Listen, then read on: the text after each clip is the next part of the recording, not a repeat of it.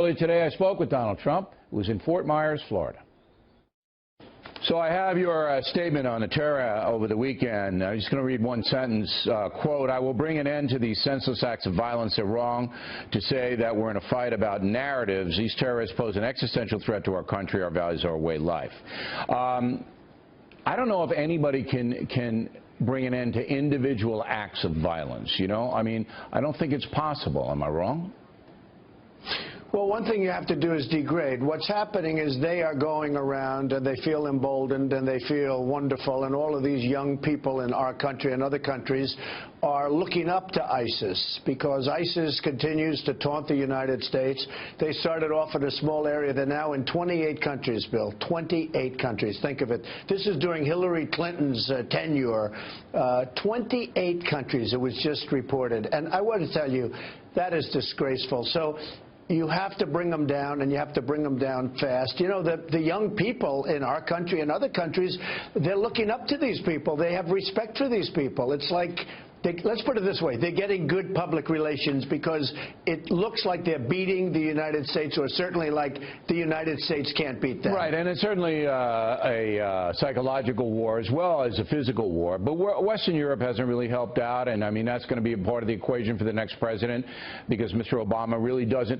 Mr. Obama said today, I don't know whether you're aware, that his strategy is fine. You know, just wear them down, wear them down. We don't need any more action on what he's doing. It's as we've defined here, the strategy of acceptable losses. Now, another thing you said that was very controversial is that you want to profile. You want to profile Arab or Muslim men. How would that work? Well, then we have no choice. Look, Israel does it, and Israel does it very successfully. They do it at the airport. You want to do it. They do it at the airport. It's not, well, they do it. They do it. And when they see somebody that they'd like to talk to, that they'd like to look at, that they'd like to maybe open up their satchel and take a look what's inside, they do it. And they don't like to do it. I don't like to do it, but we have to be, you know, you have a woman who's 87 years old in a wheelchair from Sweden, and we have to look at her if we're going to look at somebody else. It's ridiculous what's going on. So what would you do, though? Do you have a vision? So politically correct. Do you have a vision of how that profiling would work?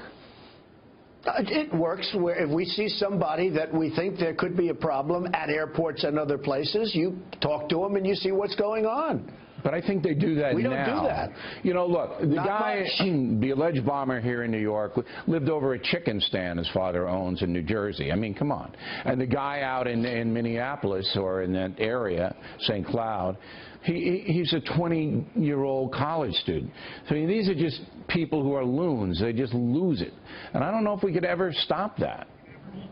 The guy over the chicken stand brought litigation, a lot of litigation against different people, and I'll bet you that's why he was on no list. You know, he was on no list. They probably didn't want to put him because they didn't want to get sued. So they probably saw he's a litigious guy, and they don't want to get sued, so they left him alone. Who knows what the reason is? But whatever the reason is, it's no good. We have to end this. It's horrible. And one thing I will say, I mean, I think they have gained great respect for ISIS and the leaders of ISIS, and you see it all the time. And they're being radicalized.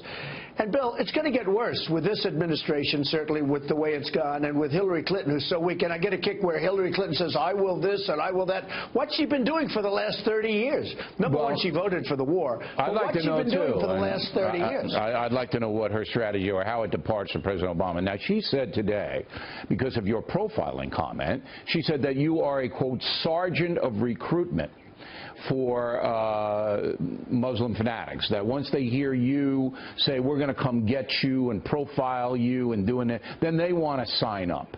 How do you answer that? It's just words, Bill. You know, it's words given by Madison Avenue advertising agency. She's spending hundreds of millions of dollars.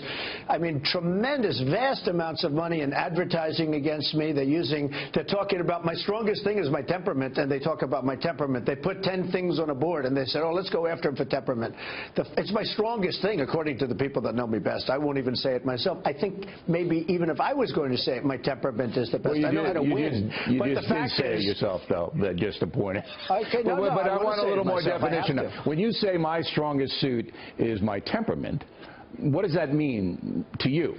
Well, I know how to win. I know how to win. I've been winning. I do win. Even in sports, I win.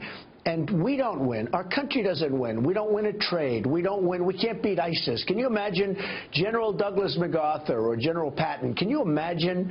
They're spinning in their grave right now when they see the way we fight. We announce that we're sending certain people over here at a certain time. Everything's political. It's very, very sad. Then we bombed the Syrian troops. You saw that over the weekend. We bombed. I guess we killed more than 80 troops, and now Russia's absolutely furious at us. But we bombed the wrong people. I mean, we're like the gang that couldn't shoot straight. Our country, with this leader, is the gang that couldn't shoot straight. That's what it is. All right. That's an old Jimmy Breslin book. Final question in this segment. I don't want to talk to you about the debates.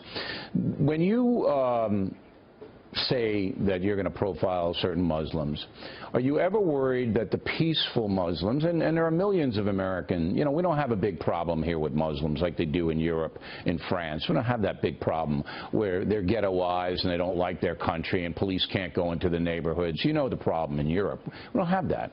Are you worried that sometimes when you say these things that peaceful Muslims will be the victim of backlash, the victim of people just lumping everybody into the terror jar? Well, first of all, I never said the term Muslim. You did. You told me Muslims. I didn't say that. I'm saying you're going to profile people that maybe look suspicious. I didn't say they were Muslims. But how could they look suspicious? I said, I mean, how? I don't know.